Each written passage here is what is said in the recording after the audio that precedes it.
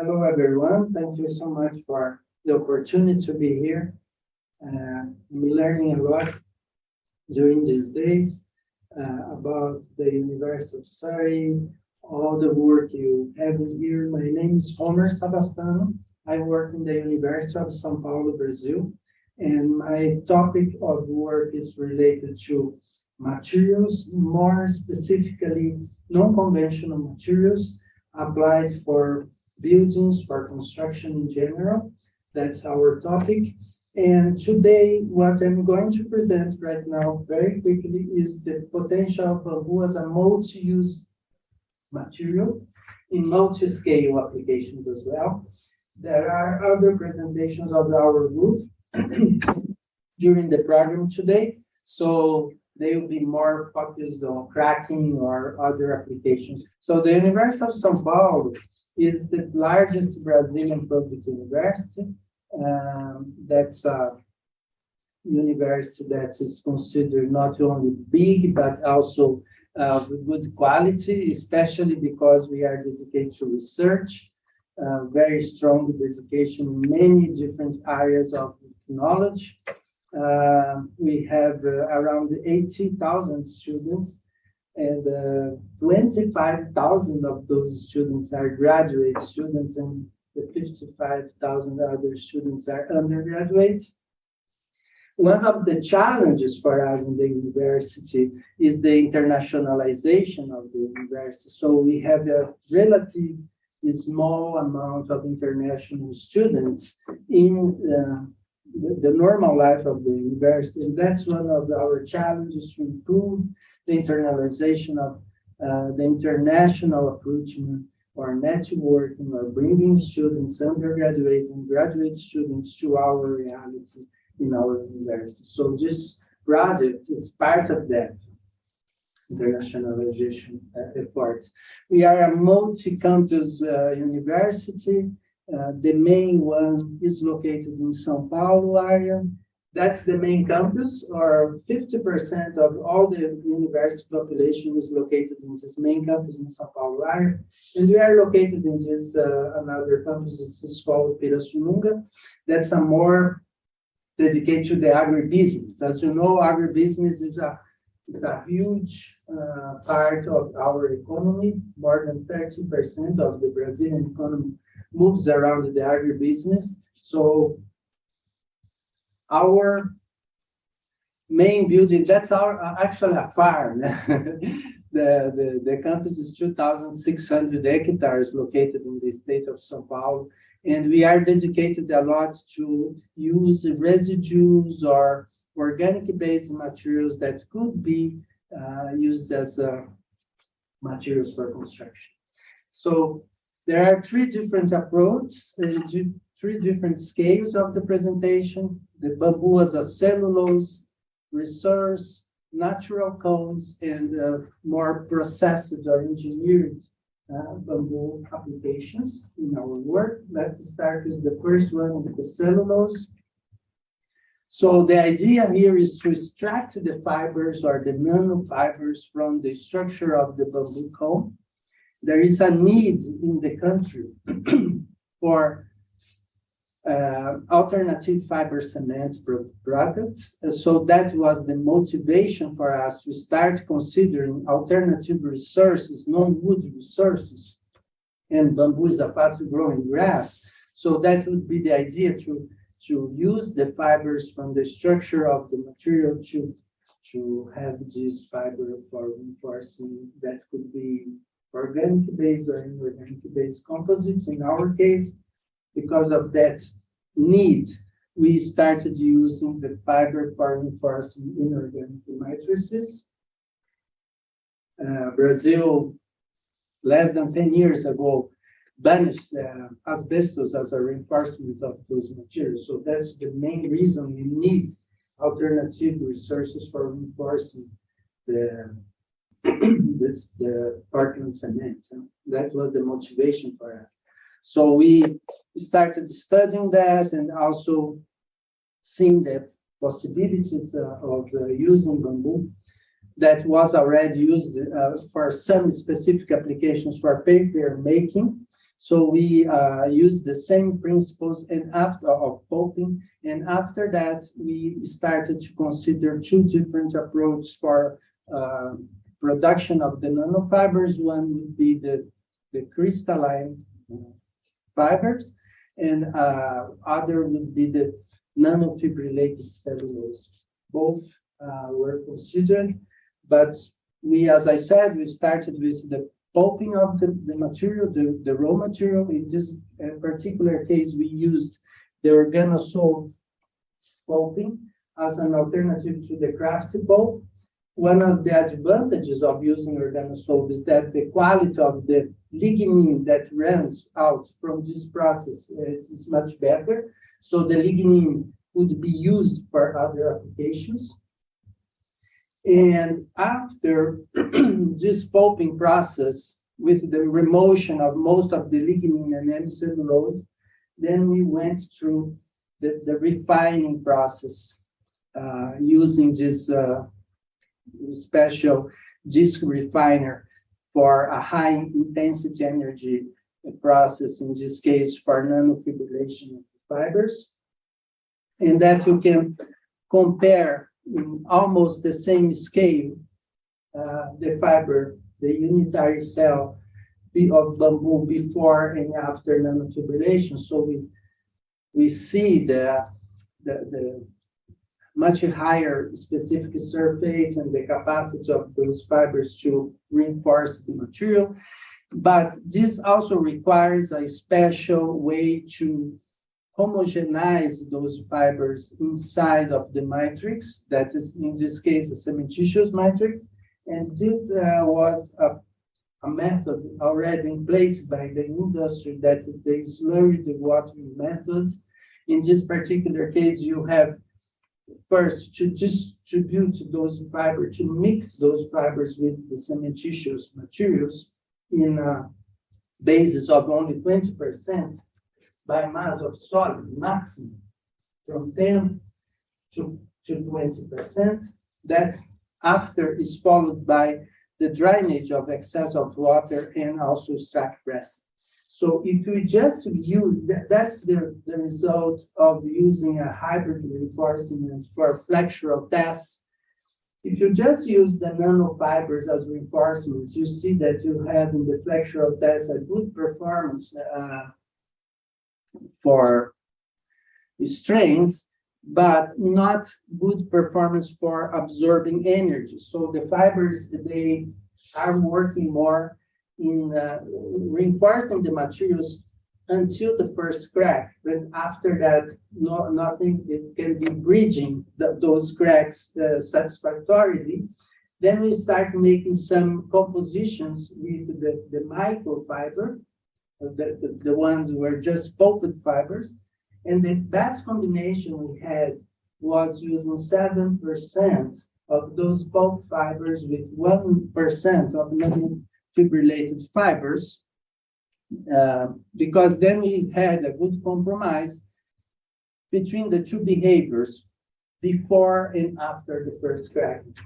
And for achieving those results, we had to also modify the matrix as well. So the matrix should be, the porosity of the matrix should be also worked with. And for that, we use a fast cartonation process of the material as a curing procedure. And in here you can see more or less how it works, because the nanofibers in combination with the microfibers, it improves the interface between the matrix and the reinforcing fibers. Okay, so you can have an idea of how the nanofibers tend to distribute in those composite materials in this hybrid reinforcement. So we also had some applications of those nanofibers for membranes, for filtering media, using not only bamboo, but also sisal fiber. Brazil is the biggest producer of sisal fiber. It's another vegetable. It's an agave fiber. It's similar to the one we use for tequila, the same family of the plant. but this is just for ropes. And more or less 50% of what you produce of those size of fibers for ropes is left in the field without any application. So the idea is to use those also residues and pulping them and nanofibrillating the same way I showed before. And after we went through electrospinning production of the membranes using some polymers for that. So we use the results I'm going to use here is the PET, especially because of the residues that are generated in bottles, especially in the country. So we use some recycled PET, and we try to analyze different conditions of mixing those polymers with those nanofibers before production of the membranes by electrospinning. So we also saw that the influence of the nanofibers, or even we also tested lignin from that production of the pulp as well, in combination with those different polymers, but with more attention on this PET. And it did not disturb the alignment of the fibers in the membrane, but it gave a considerable contribution in the strength, in the direct tensile strength in this particular case, where in this orange bar in the direction of the strength of the stress, we see compared to this, that would be the reference without any reinforcement, we see that we almost double the strength because of the use of those nanofibers as reinforcing material for the membranes, for those mats. So that was also an interesting application. And then showing the potential of the material, not only for those inorganic matrices, but also for other applications as those filtering membranes. And that gave a big attention, especially because of those times of COVID as well, reinforcing the materials, the mats.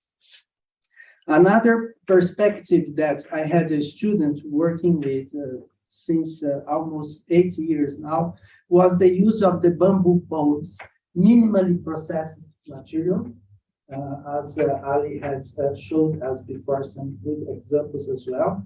And we started with the treatment of the bamboo, because without treatment, it's almost impossible to consider the use of this material because of especially insects or other fungus or other that kind of degradation of the material, natural degradation or biological degradation of the material.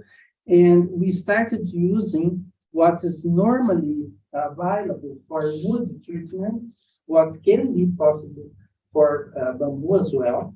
But as we know, in many cases, those treatments, conventional treatments, they have a strong chemical, let's say, charge over the material, and this can be also not so sustainable. The use of those conventional treatments for wood, normally we use it for that. So we started using boro-based treatments, tannin-based treatment, and also testing some citric acid for that as alternatives to see how it behaves, at least for some applications. And how those, starting with CCB, that's chromium, copper, boron, and that's conventional for the use of treatments, that we started using those materials to see how they are distributed in the vessels or in the fibers of the microstructure of that material. And after we see here that how the material distributes. how it goes. And now we started testing some alternative treatments, and we saw that using this green layer, this green curve, is showing us something using boron and citric acid treatment. And we see that compared to the reference, that are those black spots here, we see a considerable reduction in water absorption of the material, of the macro scale of the material. And that's a good approach, because if we reduce the water absorption, the hydrophilicity of the material, it can also help increasing the dimension stability and also decreasing the, let's say, how the material would be attacked by those biodegradation. And also, at the same time, in parallel with this, this same student, he went to Pittsburgh, and with Professor Kent Harris working there in the mechanical characterization of the material. The idea was to see how those treatments could also interfere in the performance, in the mechanical performance of those materials. So we started with several different tests, especially the shear test. That's, as we said, was said before, that's let's say a performance not so good as we could expect from material based on bamboo.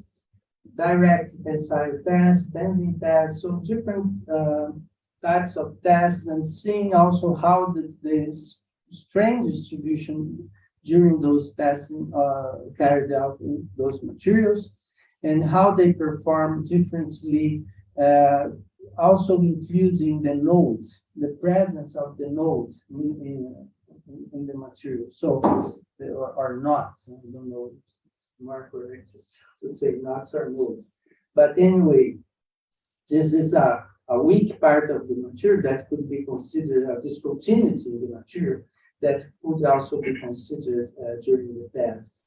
But what was nice is that we realized that we saw that was not an interference or a negative interference because of the treatment. A would be for the conventional treatment, CCB, and B would be for the sodium octoborate tetrahydrate. That's an alternative treatment. And we see that both in A and B in different types of tests, they perform quite similarly. What's the observation there for protected environments? That's the leaching process that can be suffered by the sodium octoborate tetrahydrate treatment. But if we combine the octoborate treatment with citric acid, we can see also a good result in that aspect, because the citric acid can also stay with the fixed the octoborate in the structure of the in the microstructure. Also, another good approach in this study in the bending tests was because if the outer layer, because as you see, the distribution of the fibers is not homogeneous in the thickness of the material. So if you put the outer layer up or the outer layer of bamboo down, how it could interfere in the bending test. And we didn't see much difference in the compression or in the tension related to the out layer. So that's also another part of the study, considering the different application of the bamboo in the bending. We didn't see much difference. Okay.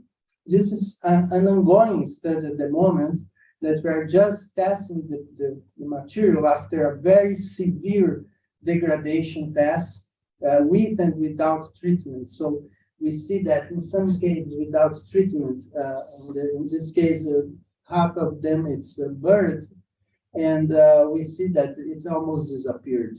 But because of the treatment, we see that some of those treatments that can be seen here, they preserve. It's always very cracked, but when you preserve the material, the conservation is much higher, it's much better after 3 years in this particular case. And we are now testing those performance, mechanical and physical performance of those materials. As the last part of this presentation, I have some studies. We also have in the group, not only myself, but other colleagues also working on that, and using engineered bamboo. This first part I will be quick because there will be a presentation by Dr. Mercier Kazipar this afternoon about the densification of bamboo. Using the densification, you have to use pressure in combination with temperature around 160 Celsius degree, because this is related to the glass transition temperature of the ligament of bamboo. And you can see an image before and after the densifying process of how the microstructure of bamboo, the vessels and the fibers and the matrix, how they perform, how they behave during this pressing, and how the moisture content interferes in the capacity of bamboo has to densify without cracking. So when you modify the moisture content in the structure of bamboo, it can also modify the performance of the material during pressing. And there is, at least for this Dendrocalamus asper bamboo we were using at that moment, there is a difference, and we can see an optimal condition of humidity during those specific conditions of pressing that can optimize the performance, the mechanical performance of the material, modulus of rupture and modulus of elasticity in bending 3.3 paths. And you can clearly see the difference before and after bending, how the performance of the material changes. So you have the 2 steps. And first you have to flatten the material, and after you pass through the thermal heat mechanical process.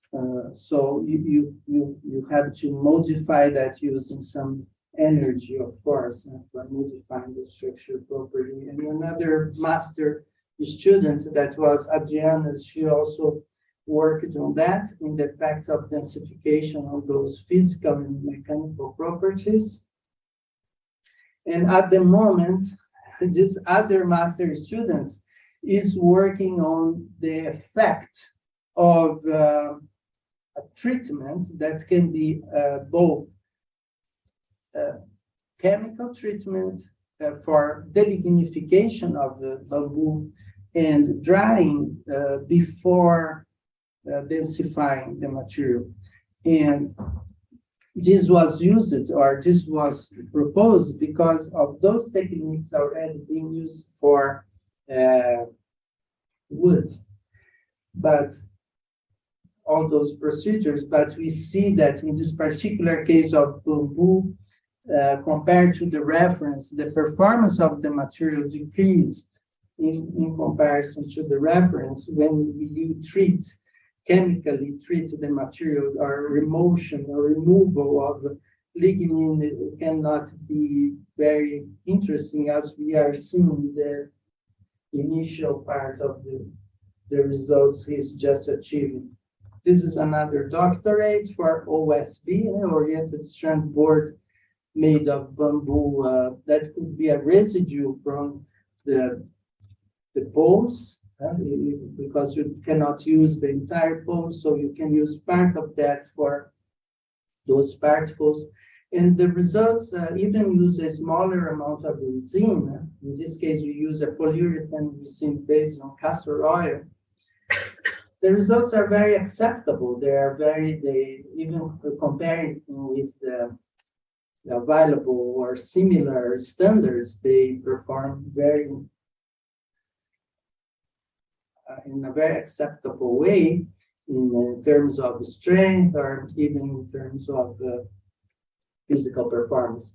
And there is now another doctorate student, he's working the influence of the direction of bamboo in its air permeability. So the idea is to compare the permeability in longitudinal, radial, in, out, or out, in, and tangential direction.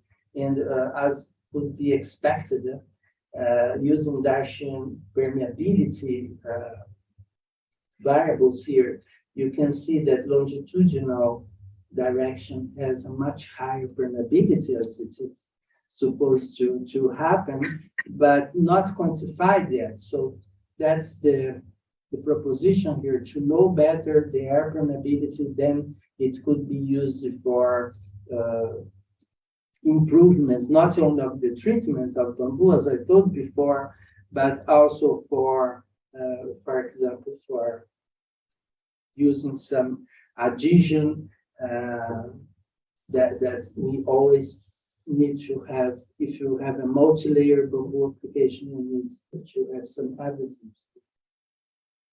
I think this is just a propaganda of bamboo. You can see some of the samples over there. And Marcia will also make a presentation of her startup later on today. That's our group.